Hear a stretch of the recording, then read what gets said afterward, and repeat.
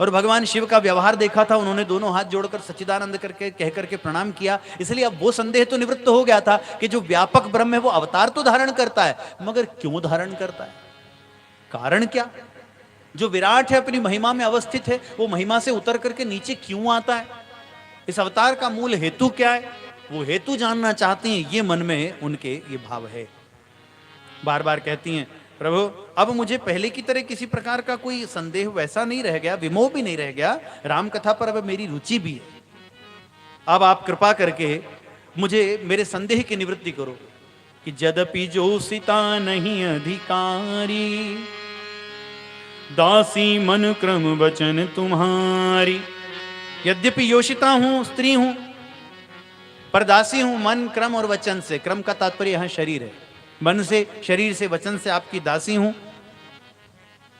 गूढ़ तत्व न साधु दुरामई, आरत अधिकारी जहां पामई, अति आरती पूछूं सुरराया, रघुपति कथा कहु करिदाया। यहां 3 अधिकार बताए राम कथा के कौन अधिकारी हैं।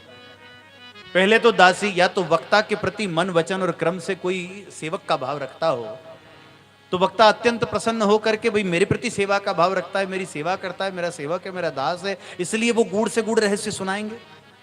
अथवा तो अति आर्त हो तो वक्ता करुणार्द्र होकर के, दयार्द्र होकर के, पिघल करके उसको वो अमृतमय संदेश सुनाएंगे।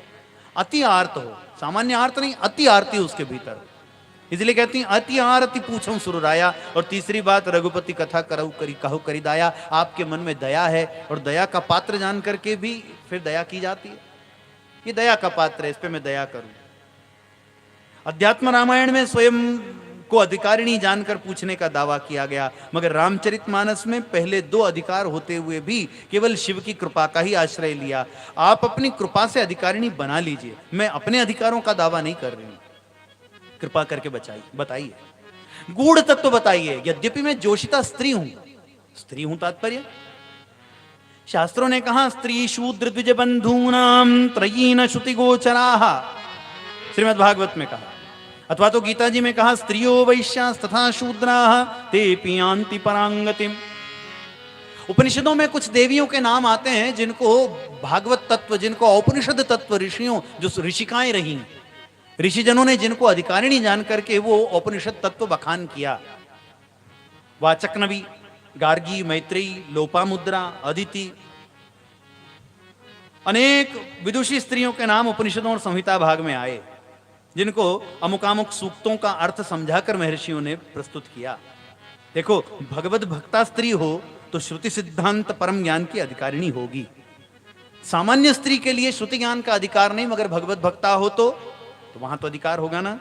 यहां सर्वसाधारण स्त्री की प्रवृत्ति, जो प्रकृति है प्रवृत्ति प्रधान, उसमें रजोगुणी और तमोगुणी होने से उसको अनधिकारी कहा। पर भगवत सम्मुखा हो जाए तो फिर तो अधिकार हो ही जाएगा ना, और तब तो देना ही पड़ेगा, बताना ही पड़ेगा। तो गूढ़ तत्व भी आर्त अधिकारी पावे, वहां पर साधुजन छुपाते नहीं है। गूढ़ तत्व क्या गूढ़ तत्व है? बोले निराकार और सर्वव्यापक परमात्मा वो देश काल में बद्ध होकर के कैसे आ गया, ये ज्ञानियों के लिए भी मोह का विषय है। यही सगुण लीला है, और उस सगुण लीला का सगूढ़त्व भी है।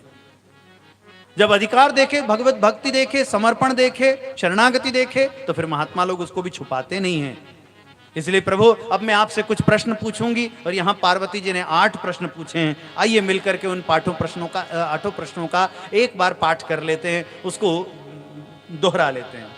कि प्रथम सो कारण कहु विचारी, प्रथम सो कारण कहु विचारी, निर्गुण ब्रह्म सगुण बपुहारी, निर्गुण ब्रह्म सगुण बपुहारी।